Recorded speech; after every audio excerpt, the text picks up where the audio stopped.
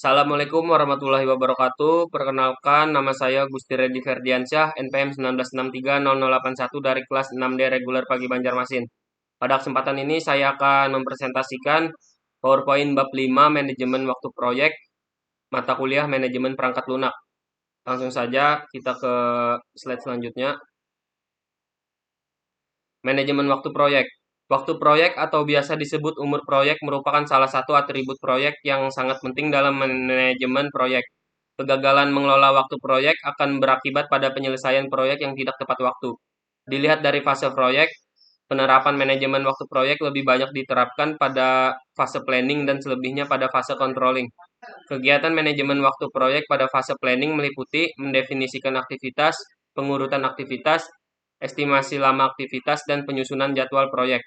Sedangkan pada fase controlling, kegiatannya adalah pengendalian jadwal proyek. Selanjutnya, mendefinisikan aktivitas atau activity definition. Merupakan kegiatan untuk mengidentifikasi dan mendefinisikan aktivitas atau pekerjaan apa saja yang akan dikerjakan pada proyek. Daftar aktivitas ini dapat mengacu pada WBS, Work Breakdown struktur yang telah disusun sebelumnya pada manajemen scope. Sebagaimana penyusunan WBS, tim proyek dalam mendefinisikan aktivitas ini perlu juga melibatkan stakeholder yang lain untuk memastikan bahwa aktivitas telah terdefinisi secara lengkap untuk keberhasilan penyelesaian proyek. Dari definisi aktivitas ini pula, estimasi biaya, waktu, dan kebutuhan sumber daya lain dapat disusun. Selanjutnya ada pengurutan aktivitas atau activity sequencing. Setelah mendefinisikan aktivitas proyek, langkah berikutnya adalah membuat urutan aktivitas yang merupakan detail dari WBS. Detail deskripsi produk, asumsi, dan batasan-batasan untuk menentukan hubungan antar aktivitas. Termasuk dalam hal ini penjelasan tentang ketergantungan dan perbedaan bentuk ketergantungan. Ketergantungan dan hubungan akan menentukan urut-urutan aktivitas. Misalnya, apakah mulainya satu aktivitas harus menunggu aktivitas lain selesai, apakah beberapa aktivitas dapat berjalan bersamaan. Ketergantungan atau hubungan antar aktivitas merupakan bahan dasar dalam menyusun penjadwalan proyek. Terdapat 3 aturan dasar dalam menyusun urutan aktivitas tersebut. Yang pertama yaitu ketergantungan mandatori atau mandatory dependencies, ketergantungan yang tidak dapat dipisahkan antara aktivitas atau pekerjaan. Misalnya pengujian program tidak dapat dilakukan sebelum pembuatan program telah diselesaikan. Yang kedua ada ketergantungan lepas atau discretionary dependencies, yaitu ketergantungan yang ditentukan oleh tim proyek. Sebagai contoh, dalam rangka mendapatkan hasil desain yang baik, tim proyek mungkin belum akan memulai pekerjaan desain selama pekerjaan analisis sistem belum selesai sepenuhnya, walaupun sebenarnya sistem sudah dapat dimulai tanpa harus menunggu pekerjaan analisis diselesaikan semuanya. Selanjutnya ada ketergantungan eksternal atau external dependencies, tergantungan antara aktivitas proyek dengan aktivitas non-proyek. Sebagai contoh, pekerjaan instalasi sistem, operasi, dan program aplikasi mungkin akan bergantung pada ketersediaan hardware baru yang dipasok oleh supplier. Selanjutnya ada diagram jaringan proyek, adalah skema yang menunjukkan hubungan logis atau urutan aktivitas proyek menggunakan metode AOA atau Activity on Arrow, atau ADM, Arrow Diagramming Method. Suatu aktivitas disimbolkan dengan anak panah atau arrow, sekaligus menunjukkan aliran kerja, dan dihubungkan pada satu titik yang disebut node untuk menggambarkan urutan aktivitas. Node ini sekaligus menunjukkan titik mulai dan titik selesainya suatu aktivitas. Langkah-langkah membuat diagram jaringan proyek adalah, yang pertama, tentukan semua aktivitas awal proyek dan tempatkan awal semua aktivitas ini pada node 1. Buat node baru sebagai akhir aktivitas dari node 1 dan hubungkan dengan anak panah masing-masing ke node 1. Beri nama atau simbol aktivitas pada anak panah. Estimasi waktu juga dapat dituliskan pada anak panah, misalnya A sama dengan 3, artinya aktivitas A dengan alokasi waktu 3 hari, jika satuan waktunya hari. Yang kedua yaitu lanjutkan menggambar diagram network, bekerja mengalir dari kiri ke kanan. Perhatikan apakah ada aktivitas yang mengumpul atau merger atau menyebar atau brush. Suatu node disebut brush jika dari node ini menghasilkan satu atau lebih aktivitas sekaligus node baru. Dan suatu node disebut merger jika dari beberapa aktivitas yang berasal dari beberapa node mengumpul pada satu node sebagai akhir aktivitas. Yang ketiga, lanjutkan menggambar diagram jaringan proyek sampai seluruh aktivitas tergambarkan pada diagram. Sebagai acuan lainnya, semua anak panah sedapat mungkin digambarkan mengalir ke depan atau ke arah kanan. dan hindari anak panah yang saling menyilang antar node. Jika mendapatkan gambar diagram jaringan dengan anak panah saling menyilang, susun ulang gambar diagram jaringan sedemikian sehingga aliran dan urutan pekerjaan mudah dibaca dan dipahami. Selanjutnya ada Predence Diagramming Method atau PDM. Metode pembuatan diagram jaringan kerja proyek menggunakan simbol kotak sebagai referensi aktivitas proyek.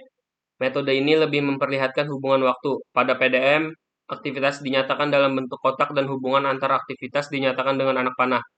Metode ini lebih populer dibandingkan dengan metode ADM dan lebih jelas dalam menggambarkan bentuk hubungan antara aktivitas. Sebagai ilustrasi, contoh diagram PDM berikut. Seperti di bawah ini.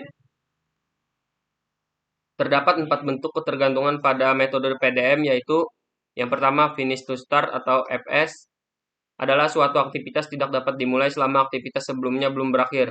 Yang kedua, start to start atau SS, adalah suatu aktivitas tidak dapat dimulai selama aktivitas lain belum dimulai. Yang ketiga, finish to finish atau FF, suatu aktivitas tidak dapat diakhiri selama aktivitas lain berakhir. Yang keempat ada start to finish atau SF, adalah suatu aktivitas tidak dapat diakhiri selama aktivitas A belum dimulai. Selanjutnya ada metode jalur kritis atau critical path method atau CPM. Disebut juga analisis jalur kritis, merupakan analisis jaringan proyek yang digunakan untuk memperkirakan total durasi umur proyek.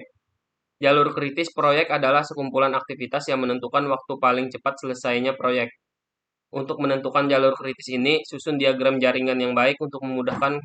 Gunakan metode ADM, lengkap dengan durasi waktunya, identifikasi seluruh jalur yang mungkin, di mana jalur tersebut menghubungkan awal proyek hingga akhir proyek. Yang ketiga yaitu hitung waktu total masing-masing jalur. Jalur dengan total waktu paling lama disebut jalur kritis. Selanjutnya ada menghitung free float dan total float untuk menghitung waktu kritis. Free float adalah total waktu tunda aktivitas tanpa menunda mulainya aktivitas berikutnya. Total float adalah total waktu tunda aktivitas tanpa menunda berakhirnya proyek. Free float dan total float dapat dihitung dengan menggunakan metode penelusuran arah depan atau penelusuran arah belakang. Jika dihitung menggunakan penelusuran arah belakang atau backward, maka harus mempertimbangkan waktu paling lambat memulainya aktivitas atau late start dan waktu paling lambat selesainya aktivitas late finish. Jika menggunakan penelusuran arah depan forward, maka harus mempertimbangkan waktu paling cepat mulainya aktivitas atau early start dan waktu paling cepat selesainya aktivitas early finish. Menghitung total float, free float, dan jalur kritis. Menghitung total float, free float, dan jalur kritis untuk masing-masing aktivitas.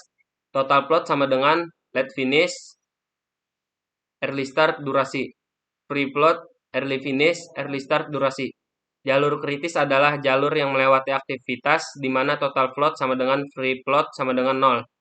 Artinya jalur di mana setiap aktivitas tidak memiliki waktu kelonggaran, baik total float maupun free float.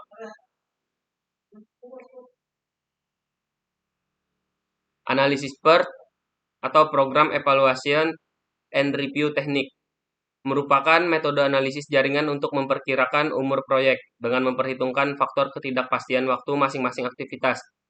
PERT mempertimbangkan umur proyek berdasarkan perkiraan waktu probabilistik dengan mempertimbangkan 3 jenis waktu, yaitu waktu optimis atau optimistic time, waktu normal, most likely time, dan waktu pesimis, pessimistic time.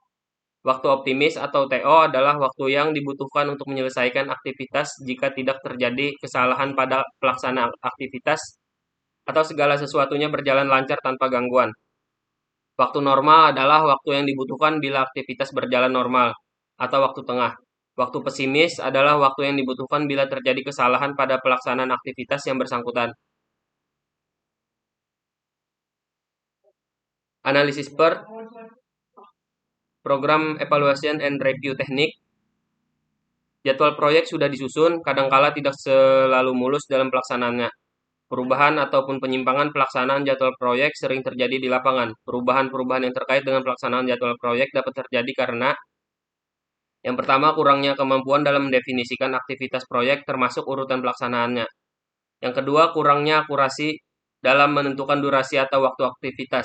Yang ketiga, lemahnya kinerja sumber daya manusia pelaksanaan proyek. Sekian penjelasan dari saya. Apabila ada salah atau kekurangan, mohon dimaafkan. Assalamualaikum warahmatullahi wabarakatuh.